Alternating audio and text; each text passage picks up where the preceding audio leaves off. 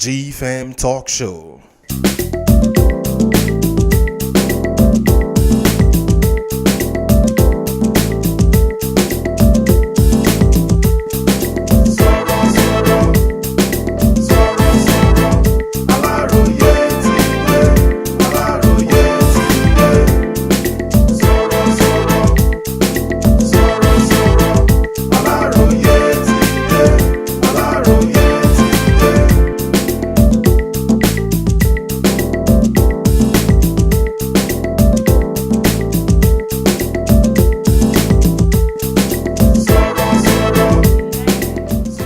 Hello, I'm Femi Ogunjimi, the host of G-Fam Talk Show. I'm here in downtown Silver Spring at the Civic Center covering the 2013 Biazo Empowerment Career Event.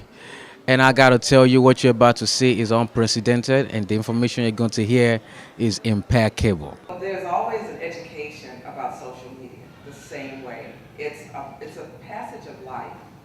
When you're going through transitions, especially if you've been displaced from a job and you're looking for a job, there are a lot of things going on in your life in addition to you looking for a job. Social media can be a tool instead of a toy.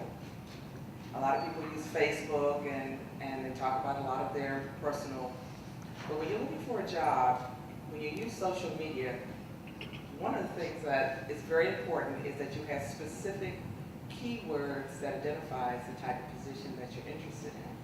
Keywords are king. We're in a sound bite era. So the keywords, say 3 or 4 keywords that represent what you're looking for, is going to be your platform as how you go forward with your social media. How do you find your keywords? You go on Google, keyword tool, it's free. And you can either put in a website or a company that you are interested in working for and see what their keywords are. But that is so important and missed many times. One of the things that you can do with social media, and there are millions of people in Facebook, there's over 1 billion people on Facebook. There's almost 200 million people on LinkedIn. These are tools. You still cannot use that to replace the personal relationship, but it can be a tool to help you to connect with other people. In LinkedIn, using the groups is an excellent way of connecting with people that you may not have a direct relationship with. We have to recognize the fact that the landscape has changed quite a bit to where we have to be considering non-traditional means of finding jobs. And so LinkedIn is great because it is a safe, non-oppressive way to communicate with people. Facebook is horrible. I'm not on Facebook anymore because I got tired of getting poked and joined and unfriended and all those things. But on LinkedIn, you have an opportunity to find someone in an organization that you're interested in working with, and then find the person you know who's connected to them and have the introduction made that way. That's a lot easier than you having to pound the pavement and knock on doors and show up and sort of cold call. And I've used this myself recently where I've been trying to make communication with someone at another organization and just couldn't figure out how to get through to them. It would be rude of me to just pick up the phone and call them, but I found someone in my LinkedIn network who's connected to them and asked if they would make an introduction. So, I throw in my plug for LinkedIn. And the last point on this string really is thinking about the fact that we really do now live in a borderless world. So that if you're thinking about finding a job and you want it to be in Maryland or in Silver Spring, then maybe you have too much of a myopic view. You have to be thinking about employers who are outside of your physical location, but looking for people to provide services from your location. If you think about that a little bit, it's very different from what we were looking at a few years ago. So you can find a company in India that's looking for someone anywhere in the world to provide consulting services by writing reports, through email, or phone consulting. We really have to start thinking about non-traditional ways of broadening our access to job opportunities beyond, looking at the buildings in your immediate vicinity. When you are trying to introduce yourself, I think it's extremely important to know who you are trying to introduce yourself to. And I'll give you an example. It's a little it's a little pompous, so please excuse me on that. A guy yesterday that I was phoning to get his ideas on possible candidates, firstly I Googled him, so you look him up, you find out his background. And I read through this extraordinary, illustrious list of things that he'd done, and right at the bottom, the final line, it said that, this guy's a French guy, it said that he won the Légion d'honneur in France, which, if you don't know, is an exceptional honor to do. So that was my lead-in with this guy, which was, I don't think I've ever spoken to somebody who has won this or been given this award. Immediately, he's on in a warm place, right? You know who he is, you have done your research. We were mentioning earlier about sending articles on recruitment to a recruiter. Consider also sending articles on the company itself, right? There's been some press announcement, there's been some share price movement, there's been some new product, whatever it may be.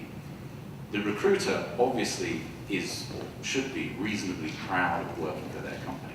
So if you introduce yourself by showing knowledge of that company, by showing an awareness of the latest development in whatever field it may be, again, you just Google the company, Weatherford or Boeing or whatever, and come up with something great and send that to them. I say, I saw this and it was fascinating, it was wonderful, and I wanted to see how I might get through the door. The other thing I would mention is, and I don't know why this is the case, and we go back to LinkedIn, sometimes the first email, in fact most often the first email is ignored. And for some miracle reason, the second email gets a far higher connection rate. I don't know why this is, I don't know why people do that, but it just happens, and I can tell you it's time and time and time again that I've earned my money by the second contact. And you don't get rude, right? You don't say, well, what is going on here? Why are you ignoring my communication? You appreciate that they have a lot on their plate, stuff slides off the radar, but the second contact always has a disproportionately higher hit rate of connection, whether you're linking in via a group on LinkedIn, whether you've got their email address, and so forth. That has a higher hit rate. I will say that if you toggle between LinkedIn, so you work out XYZ is a certain company, you can then go and look up how that person's email actually is structured. It could be imf.org and you work out that it's the first letter and the second name, @ That can often be better because if you're coming through LinkedIn, you might be going to their personal email address. And they may not look at that with the same sort of view as they would on their professional one. But in any way, that's just a vehicle for getting a message to them. The content sometimes has to be repeated twice, should be pertinent to that recruitment, flatter the organization they work for. Femi mentioned another thing, which this is slightly off topic, but I will mention it simply because I made a note, a borderless world. Don't think that there aren't organizations out there like the African Development Bank, like the UN, that you can't work for. I mean, getting a foot in the door, that's even more complex, but fortunately Helen's here, so you've got one on the table, and Edith somewhere else, so you've got the World Bank as well. But these are organizations that are actively trying to recruit a broad range of people. So don't ignore that. But yes, in terms of getting a foot in the door, try twice, adjust the content. You don't necessarily have to say anything relevant about yourself at that point, except a broad category of employment. Don't be too specific, otherwise you would be ruling yourself out of a whole bunch of things. But you're trying to engage interest. And if you're building a network, that is how you start, by sitting in the seat of the person you're talking to and asking yourself what interests them. I find it intrusive and annoying personally when people send me unsolicited email to my work address. One, I'm thinking, I don't know them. How did they get my personal email? So it actually puts me off a little bit versus, so I was listening and I was thinking, oh, that's interesting. And it could be because I work in the defense industry, so security is very important. And I do work with leaders where people send them unsolicited. I think it's something you have to be very careful with. I think there's a very careful balance and turning people off and annoying people. So I think you're safe if you're on a group and you're all on LinkedIn, you're all in the same group, you have a common interest.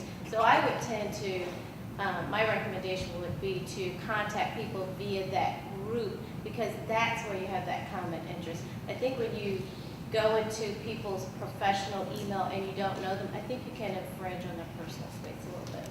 Ms. Kimberly, do you have something to add? Yeah. I mean, I agree with both to different extents, actually. Partly because a lot of what I do is talent acquisition. So at any given time, I'm probably recruiting for something. So I guess, with that in mind, I see it a little bit differently. And so for me, when I get an email, an unsolicited email, it could be welcome, provided it's well articulated, it fits into something I'm actually working on, it's a well-qualified candidate, that sort of thing. So it can be welcome if the recipient of the email is somebody that's actually acquiring talent and actively acquiring in areas that you're seeking, of jobs that you're seeking. So it just depends, What I definitely don't pay a lot of attention to and, can be a turn off is when you're sending in CVs unsolicited and they have no relationship whatsoever with the jobs that have been recruited for. Then clearly, it shows that you haven't really done your homework, you haven't done any research. It shows you as potentially being unserious, So, it's just really, it's a very careful balance. And know who you're sending it to, obviously. You're writing to the HR director, she's managing a million different things. I'm going to add to it. My name is Toby. As Tom was talking, I was thinking about, how do you get recruited when there's no vacancy? And I remember the time when I was heading human resource in a commercial bank, and a gentleman came up and he said, that he had asked for an interview over and over. Well, not an interview, a meeting actually. He didn't call it an interview. And out of curiosity, I finally saw him. And when he spoke to me, he told me about my department, which I thought was a surprise. And he told me about how he felt, that department should be run today, in terms of best practice HR. And my ears just perked up, because exactly what he was saying was exactly what I was thinking about, how to reorganize this department to be a lot more meaningful to the business and so on and so forth. We had no vacancy, I hired him. So there's something about being very creative, there's something about being very bold. A lot of times we're very timid, there's a lot of fear in us, but we need to make sure that we're allowing our talents to come out, we're allowing people to see how we can add value. There was someone who came to talk about network, and we'll probably hear a lot more about that later on, and he says, don't network, connect, work. So make sure that when you meet people, don't just tell them about how you want to work with them. Focus more on how can I be of value to your organization? What do you do? How do you do it? And and on there, right there and then you could give a CEO coaching advice as to how to turn around the business, and you may be hired even when there's no vacancy. So thank you. Excellent. My name is Haja. Sorry. I want to know, how do you use those networking tools when searching for a federal or government job?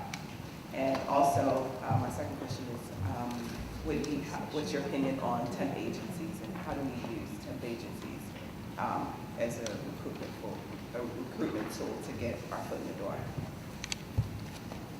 Okay, I'll tackle the second question first about temporary agencies. A lot of organizations typically have an arrangement for temporary resources. We do have my organization, and I'm guessing that many others also do. So typically there might be an in-house pool, but if there isn't, there are arrangements already in place with certain agencies on a sort of special provider basis. So that's usually a good way to come in and temp a little bit, get some work done, figure out what you really want to do, and do it really well. So I've seen it really work with certain people. When you come in as a temp, I think it's really important to really, really make a difference. You have to almost look at it. It can't just be a job for you when you have to have a clear plan of where you want to go.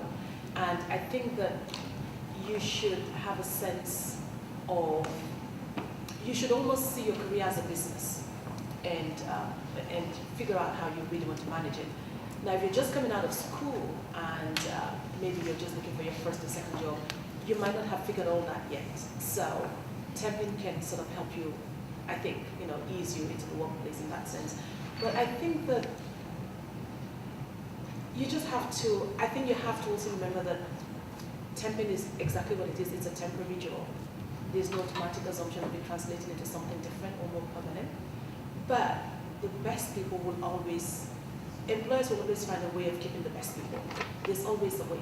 So I think that if you come in as a temp and you know what you really want and you can do it really, really well and you can connect with the right people and showcase what you've got, I think that typically if the employer really wants to keep you, they will find a way to keep you.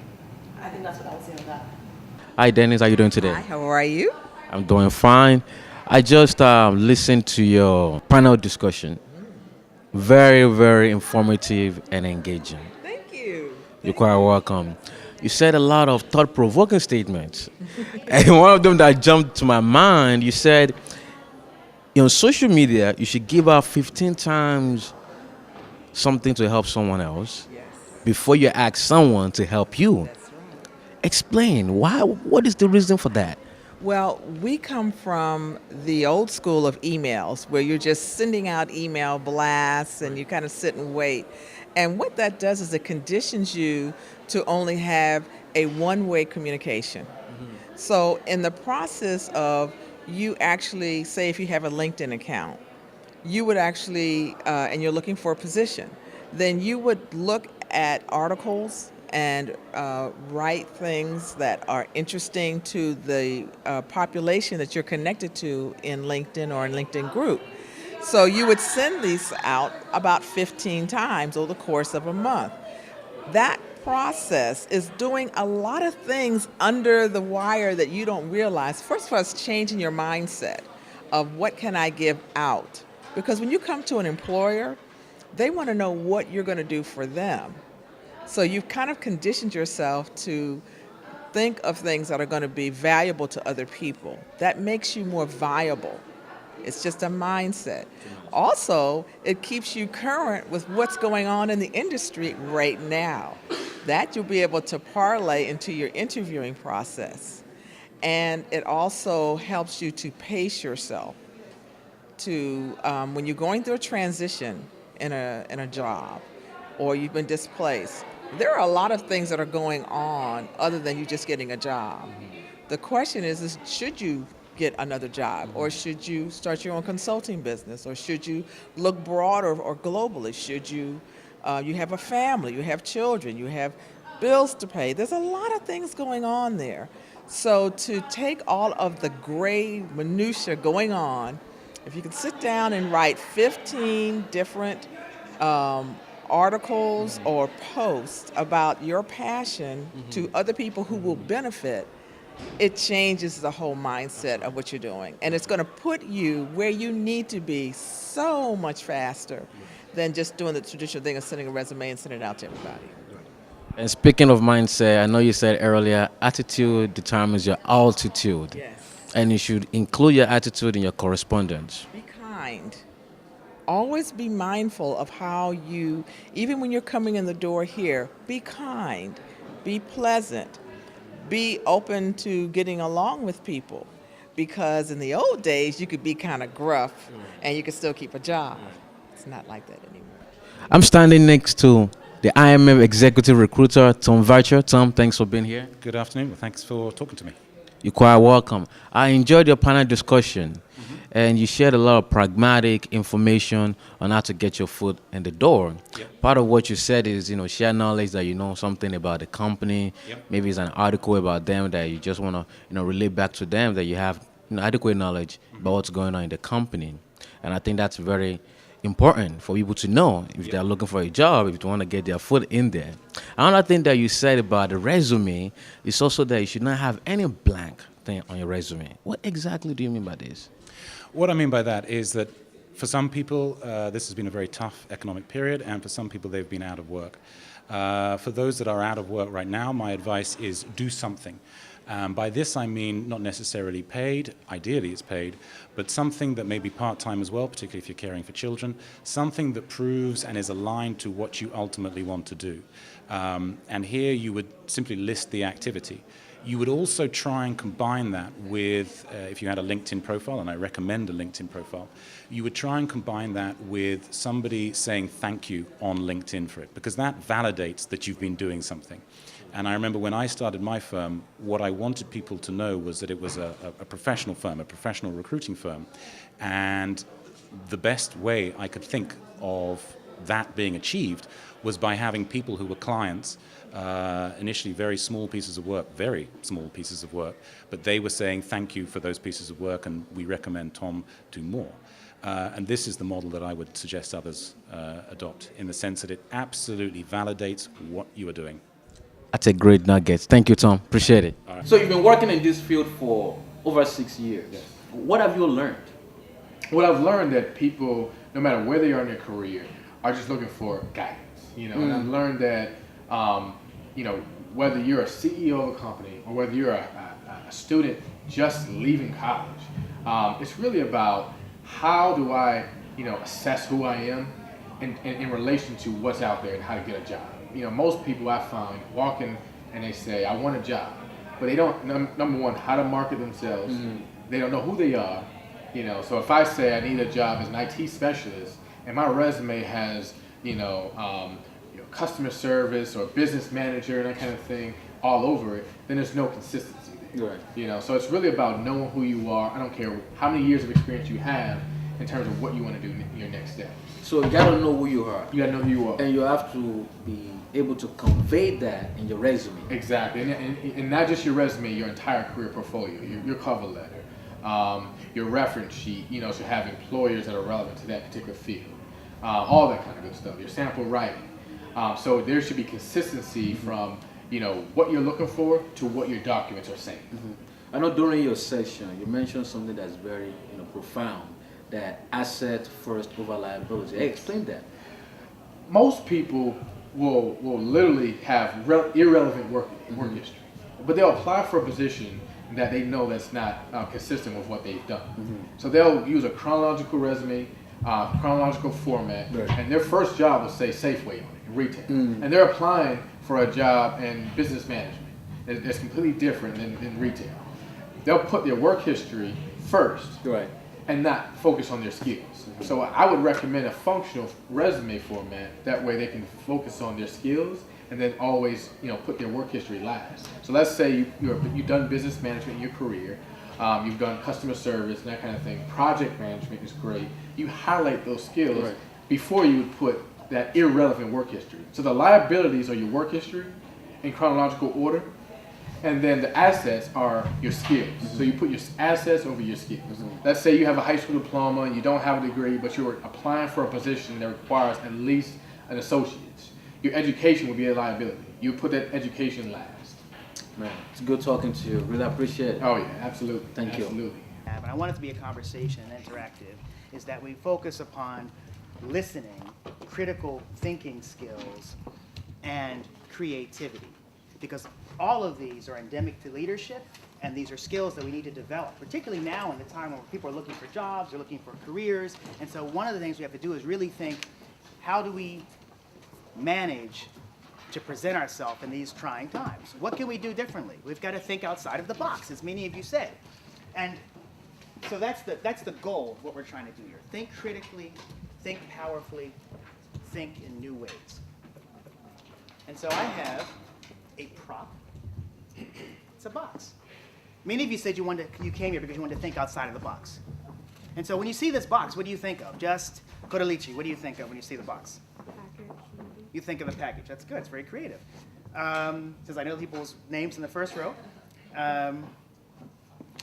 Joy, what do you think of when you see the box? Shipping. Shipping, package, okay. So you built upon what she said. And now I want you to look at the box. I want you to look at the box now. What do you think now? Same thing? Jack in the box. Jack in the box? My prop isn't working. Okay, so you think of a Jack in the Box. What else do you think? Keep looking at the box. Eye. Is there You an see an animal? eye. You see an eye. That's good. What else?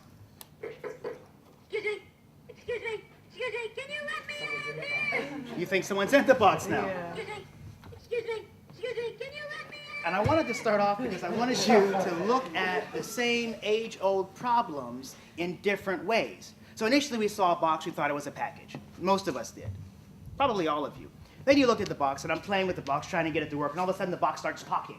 And then you think someone's inside of the box. And so I want us to tap into ourselves and get that person inside of that box to bust out of the box and think in new ways. So most of what we do, about 90% of what we do is through interpersonal relationships. So networking is about building relationships and using them, but using them effectively. There was a key strand throughout the whole of the morning session. Everyone talked about networking. They talked about LinkedIn and Twitter and a few other sites, but also meeting people here. How many of you have business cards today? That's good. I don't have enough gift for all of you. I thought it was just going to be one person. So how do you network? Remember the story I told you? I had a goal. I started with just one person a month, and then I moved on to 10, but it was very intentional. If you're introverted, it's really hard to speak to people. Sometimes to hold people in a conversation. So you got to this seminar, so you came here alone today. When you see someone, you don't even know if you have an interest. So it's different from LinkedIn, where you know that they like something or they work somewhere, where you can talk about, work. So you come to a gathering like this. My rule, my strategy that I use is I speak to the person who has no one standing with them. So I go to the person that's alone. I don't go to groups. And I start engaging. Just the weather is a good way to start. I lived in England, so we talk about the weather. It's always the first thing we talk about on the train. So I talk about the weather first. And before you know it, we start engaging. And I always make sure I come out with my business cards. But the first thing a lot of us do when we go home, we probably dump them somewhere else. How many people send an email or call someone or something after? I see everyone is engaged now. I don't have enough people. Interesting thing about networking, because I know that's one key component to getting a new job, or even when you leave your job, want to transition from one job to another job. So networking is good. I've been told a couple times what people need to do is join different clubs, join different organizations. It's like you are investing, and then when that opportunity comes, you're already there. You're already in position for it. But the problem that I see with people is they don't know how to start a conversation. They don't know how to get it going, even when they started. So what do you have to say? What kind of advice do you have for people? I think for me, it's there are a lot of different things you need to consider. Like you said, it's one of the ways to get a job, keep a job, start a business, keep your business. But at the same time with networking is you have to prepare for it. You have to be deliberate about it. If you don't prepare or have a goal, you would only start reaching out to people when you need them. But I think the biggest thing is breaking the ice and getting into networking with people, but also keeping up with it. So follow up, like I said earlier on today, strike when the iron is hot. When you meet someone, follow up with them. That's the first thing. But also keep relevant information. Give more than you take. So most people meet someone that's relevant or useful to them, and they just keep asking for favors. But it's about building relationships, so it becomes something that you have to give time to build trust. And you also give information, exchange ideas, and also sometimes introduce people to other people. Absolutely. I quite agree with you. So it's not about just asking. You also need to give as well. Standing next to Sherry, one of the participants for the networking session for success. What do you think about that session? I think it was actually really great. Everything I've learned today was a lot of information that I already knew, but it was great to kind of, reinforce a lot of the, points that the different seminars made. And I really came away knowing, having a plan especially with the career industry the way that it is now. It's really important to have a plan, and I got a lot of tools today to help me with the resources and the different things that I need to be able to build that plan. Do you have any major highlights from all the different components of the event today? I really enjoyed the panel actually from this morning. The speakers there had a lot of information and a lot of knowledge that I felt that I came away with that I'm kind of excited to be able to apply in my personal career. Yeah, because having knowledge without application of it is nothing. Exactly. Shred proofing your resume session was a very informative section. I learned how to really drill down on my resume because my resume, it has a lot of information, but it's all over the place. But Darren Cox was able to give us the 3 different types of resumes: the chronological resume, the functional resume, and the combination resume, which is a combination of the chronological and the functional resume. And that really gave me an insight, a vivid perspective on what I should be doing to really market myself, to really brand myself in the career world. Earlier, because I attended that session as well, and I heard a lot of good things about you. I know you're into IT field, and you're a project manager. Yes, I'm currently a project manager, working with a consulting firm, and currently right now, I also do project management training, and I also teach part-time at one of the colleges in DC. Jesus House DC, Jobs Ministry Career Empowerment event, and these 2 lovely ladies just attended, just witnessed a powerful event. I just want you to share, just real quick, a couple of things that you gained from any of the sessions.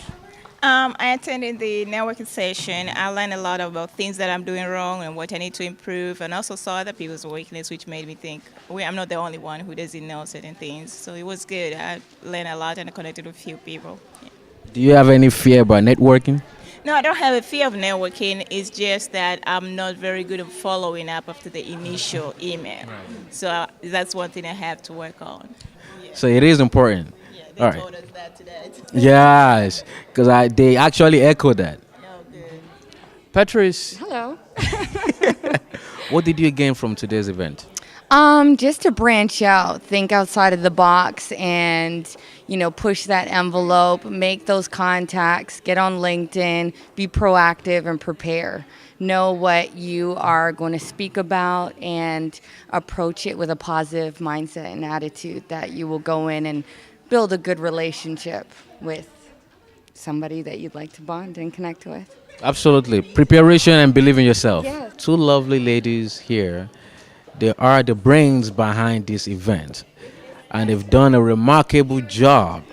I mean, I was here last year, and this year is even way bigger and better. What are the things or the adjustment that you guys made to the planning? Well, this year we changed the venue, which provided us more space in order to provide more workshops. We've invited panelists, which gave their tips for success, which was really important to see successful people and what they're doing and how we can incorporate it in our own positions. Thank you. And what is behind the impetus that gets you guys going and fired up every year? I think for the Jobs Ministry and Jesus House DC and as a whole, I think that there is a focus on really enhancing the individual period, whether it's career, family, whatever might be going on. And for us, you can't be an American and not have a successful career and think you're going to have a successful life. It doesn't work that way. And so it's real. We're all passionate about it personally, and we're passionate about it collectively as well. This is the land of opportunities, so you got to make the best of it. And thank you for providing the Thank you. avenue for this. Thank you very much. 2013 Bihazo Conference. This is a career empowerment event put together by Jesus House DC, Jobs Ministry. I've had an awesome time in the presence of most influential people, subject matter experts, even the participants, with all different kind of walk of life, different field. They came down here, they listened, they got different information that they can exert into their lives and make them better. I mean, they talked a lot about career development, job search, networking, what you can put on your resume and what you should not include in your resume. This has been such a wonderful event. And if you miss this year event, I will tell you next year, do not try or blink an eye of missing it at all. So I just want to give thanks to Jesus House DC, Jobs Ministry, for having me to cover this event. I'm Femi Ogujimi from GFM Talk Show, and I will see you same time next year.